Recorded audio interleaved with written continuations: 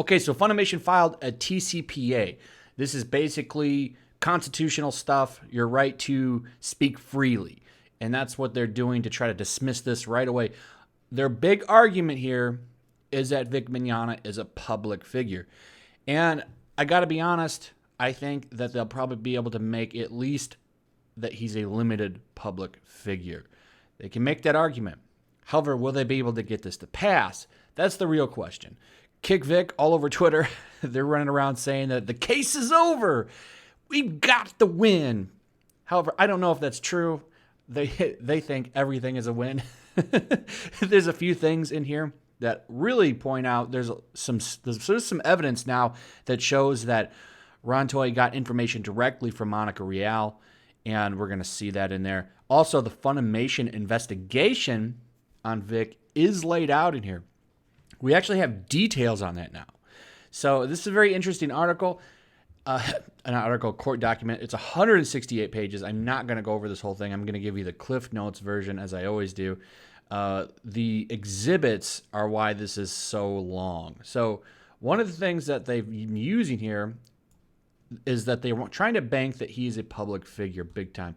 They've included his IMDb in here, which is all of the work that he's done. And as you can see, it's quite extensive. They want to really hammer that point that he is not, a private citizen, that he is a public figure, and that's why this should be dismissed. And that's actually the right thing that they need to be doing. Nick said the same thing on his streams. It's what a lot of people have been saying in Kick Vic. However, I think that the tortious interference and stuff that he's suing on is quite valid. But as you can see here, they're sharing Variety. The Anime News Network articles are in here. Polygon. A lot of trash media is in here. You got the IO9 article, several Anime News Network articles. So this isn't the this isn't the best document, but it's what was expected. So this is for Funimation, not for Jamie, Monica, or Ron. Just Funimation's dismissal. And I got to say, the interesting thing here is they do throw Monica, Jamie, and Ron right under the bus. And we ain't got nothing to do with that. I think if anybody stands to get out of this, to be honest, in any capacity, it'll be Funimation. Jamie, Monica, and Ron, I don't think will be walking away from this. But Funimation actually stands, I think, the most chance to not get hit from this and get some kind of dismissal. I think I'm hopefully wrong, right? But I'm just being real and sharing my opinion. I don't think Jamie, Monica, or Ron would be so lucky when it comes to that. So let's go ahead and take a look at the introduction and the summary, and then I'll go over the rest of the document, some key cliff notes. So it starts off here, applying the TCPA. The court should dismiss plaintiff Victor Mignogna's lawsuit, and they have Vic in abbreviation, and that's how they refer to him through the rest of the document, against defendant Funimation Production, because Funimation's February 11th tweets about its decision to terminate its working relationship with Vic were clearly an excuse of Funimation's right of free speech and right of association. As explained below, Funimation published the tweets in response to widespread public outcry about allegations that Vic is a well-known voice actor, had engaged in inappropriate conduct with his fans and his co-workers. Now, you see here that it was made to widespread public outcry. They basically are admitting right here that they bent the knee to Kick Vic. This is yet another company bending the knee to the outrage. And that's exactly why they got rid of him. Was because of the Kick Vic hashtag. So Mars Girl and all them effectively did have a humongous hand in making this happen. I really wish Mars Girl was included in this first round of lawsuits. She really kind of should be, even though she doesn't have any money. It's just the point to the matter, though I'm pretty sure that's common. So anyway, because Funimation's tweets were truthful and non-defamatory, now the tweets being truthful, now that's debatable, but of course that's what they're going to say. They're going to say that they're truthful. Right? They're going to say that. So Vic's tort claims against Funimation fail as a matter of law. Further, Funimation cannot be held vicariously liable for any alleged tort conduct of its co-defendants Monica Rial, Ron Toy, Jamie Marchi, because they are not Funimation's agents or employees. For these reasons, and for the additional reasons set out below, the court should dismiss Vic's claims against Funimation and award Funimation's its attorney's fees for the TCPA. So they want the money. Now, the funny thing here is they say that Funimation does not employ Monica, Ron, or Jamie. Now, I would like to see not only Funimation's contracts, but contracts for Sony. Because you have to remember, this isn't so much Funimation anymore. Sony is heavily involved. So Sony and their policies and guidelines, I would believe, now apply to them. Now, most of the time, even if you're a freelancer, which is a lot of these companies like to use the freelancer argument. I see this with Marvel Comics, particularly coming off of short-term memory. When any of their creators would come out and engage fans and be hateful to them, they would say, well, they're a freelancer. We don't have any control of them. However, if you go and look at Disney's policies on freelance, like contractual work, that's what a freelancer is. They still have to represent the company and be on bestest behaviors. So it is in there. They just don't do anything about it because the freelancer thing does give them some kind of wall where they're somewhat protected. However, I would argue that if they really wanted to, they could really clamp down on these people, but they don't. And that helps fund and fuel this whole tort allegation that he's pushing. So we get a big relevant background here. This is kind of a timeline of things that happen here. They give a background. Their main thing that they're trying to push here is that Vic is well-known and a public figure. In fact, in number A, they say it. Vic is a well-known voice actor. Vic performed as the lead character in Dragon Ball Super Broly. Allegations of past misconduct began to surface online and in relevant media after the release of Dragon Ball Super Broly. Now, then they go into the statement. This is actually a good document that could catch you up completely with everything that's happened. This would be a good timeline for all of the events. So, here's the interesting stuff. D. Funimation investigated the allegations of misconduct made against Vic, found the allegations to be credible, and terminated its business relationship with Vic on January 28th, 2019. So it says here, because of the allegations circulating on social media about Vic, Funimation asked the Human Resources Department at Sony Pictures Entertainment, which owns Funimation, to investigate. Beginning on January 22nd, 2019, Executive Director of Employee Relations Tammy Denbow, I think I'm saying that right, investigated allegations made against Vic by his anime co-star defendant Monica Rial, by two fans who interacted with Vic at a convention, and by a former Funimation employee. That is the consensual kiss, by the way. Based on her interviews with the two fans, Rial and Vic himself, among others, and this is interesting that they say among others, that's never included in the actual investigation, and we're going to get to see that. Denbow concluded that the allegations against Vic were credible, and her conclusion was reported to Funimation on January 29th. Karen Mika, an officer at Funimation, told Vic by telephone that his conduct was unacceptable and that Funimation was letting him go effectively immediately. So then we go to allegations of misconduct against Vic became big news in the anime world and led to online fights, and that's between Vic supporters and detractors. What they're doing, talking about I stand with Vic versus kick Vic here. And they go on. This really caught my eye, though. So during this timeline, they say, on January 30th, 2019, Anime News Network, which bills itself as the internet's most trusted anime news source. Really? You're going to throw that in there? They say this several times in this document, which I find humorous. They're trying to reinforce the fact that Anime News Network article is coming from a trusted anime news source. Get the heck out. Get out.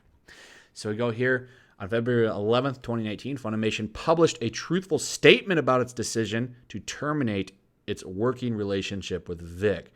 So they're pushing this is a truthful thing. Everyone, we wanted to know that we give you an update on the Vic Mignogna situation.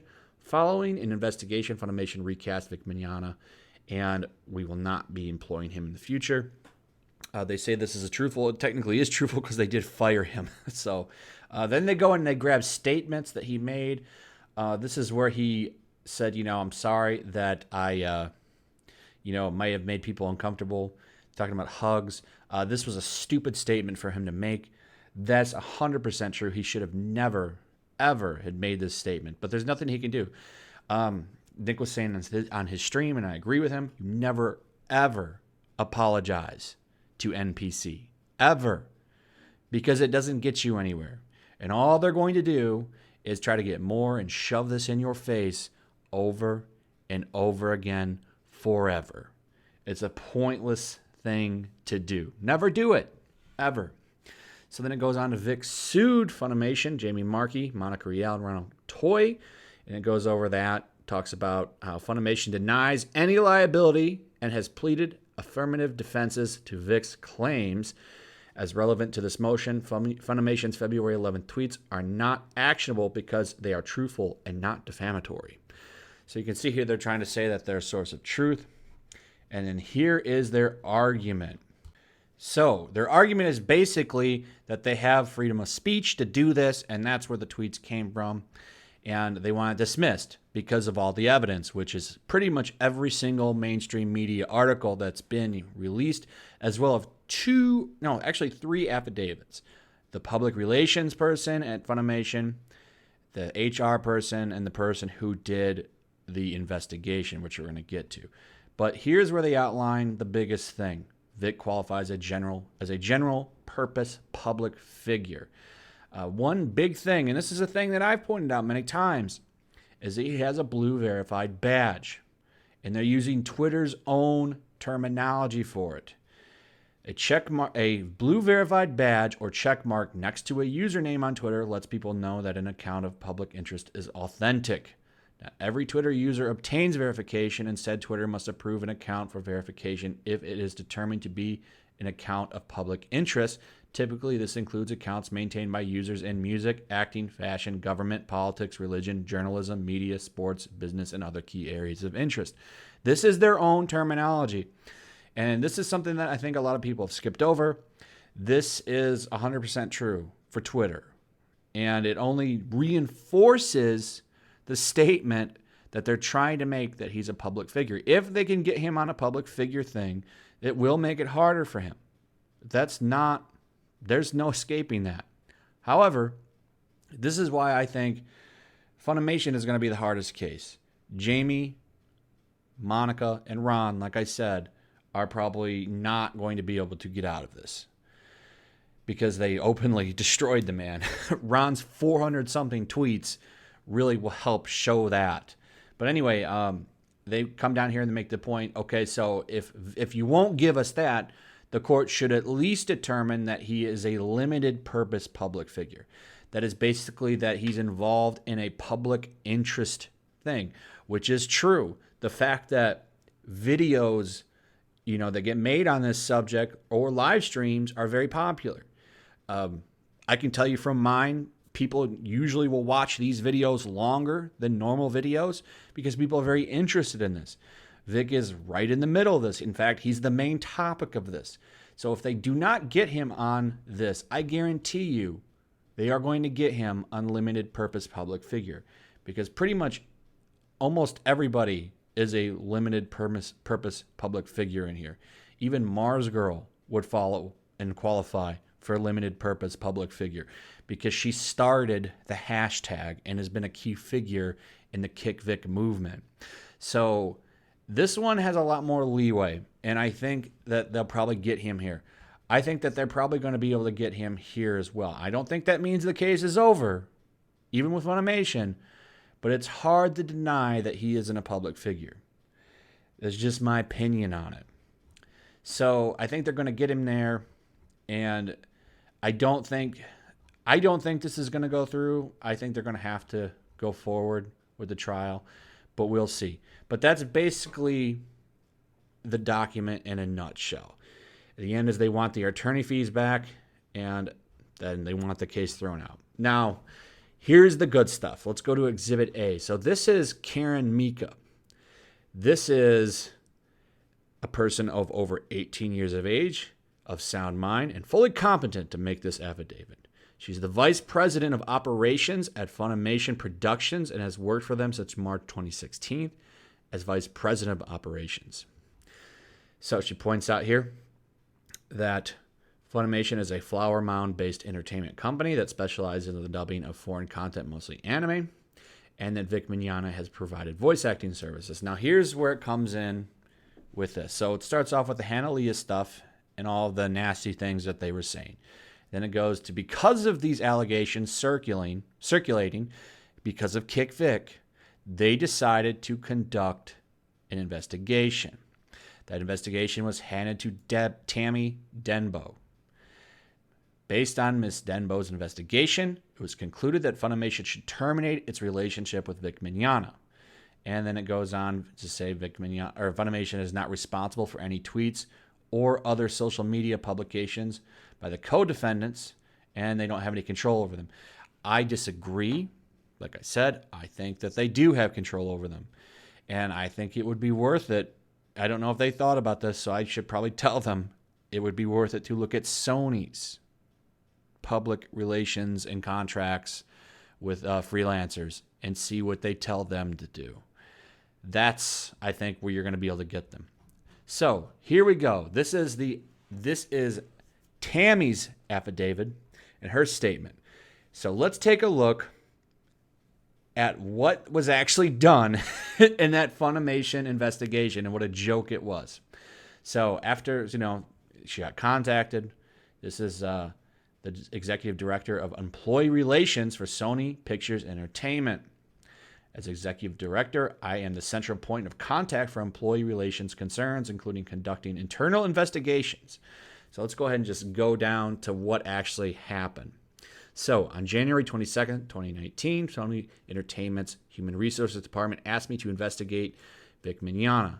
Specifically, I was giving information by Funimation about stuff that happened, talk about the two female fans, and how it occurred at an anime convention. So this is going on hearsay.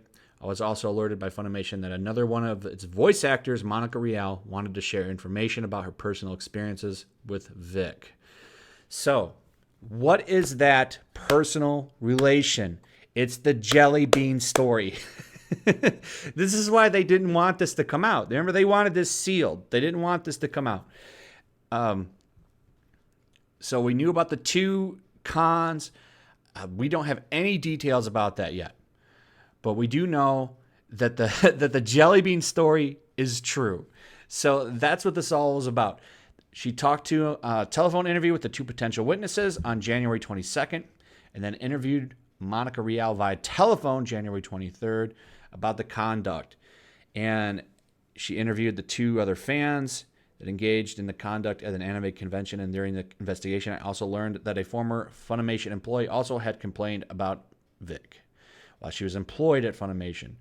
Then interviewed Vic on January 25th, where I asked him these questions about the issues involving Monica and the other people. And then based on my interviews, I concluded that they were inappropriate, that the allegations were inappropriate conduct made against Vic were credible, and they fired him. That's it. Two fans from a con, the jelly bean story, and a former employee. That's it. That's what got him fired from Funimation. Now, I would also like to point this out. One of the reasons that the whole conspiracy thing kind of sounds legit is when you look here. So this was the part where it says she talked to Monica January 23rd, 2019. If you go and look at Ron Soye's text to the Kamehacon owner, it's January 22nd. Huh. So you talked to Monica Rial on the 23rd. However, Ron Toy was texting the Kamehacon owner about things going down with Vic on the 22nd. And that's very, very interesting, don't you think? And that's pretty much it. You can see this is the exhibit list. We got Variety's article, Polygon's article, Newsweek, Anime News Network, Screen Rant, Anime News Network, IO9, Anime News Network, and then a couple of Vic Mignogna tweets and couple more Polygon stuff, a lot of ANN stuff. Now, the interesting thing is they do include that ANN article, and you can see here, remember this? Now, I can't wait. You know Ty is going to bring this up. This photo right here, this woman, that was the one, or was it her? Two of the women they use in this came out and said that they stole these and took them out of context. So that's pretty much it. This is one of the biggest ones that have come out yet. Things are really starting to fire up. It'll be interesting to see how this one plays out. I got another video coming up because they want to take Nick Rekieta to, they want to make him a witness. So there's an interesting document to cover on that as well. Anyway, thanks for watching, guys. Leave me your comments. Make sure you're still subscribed. Hit that notification bell. And check out the links in my description. Check out my Twitter. Or not my Twitter, my Twitch. Trying to grow my Twitch up. Consider coming over there, following me, and watching me play some games and chilling. Those are usually smaller streams, lesser people. So if you want to hang out and ask some questions and talk, that's the place to do it. So that's it. I'll see you guys. Peace.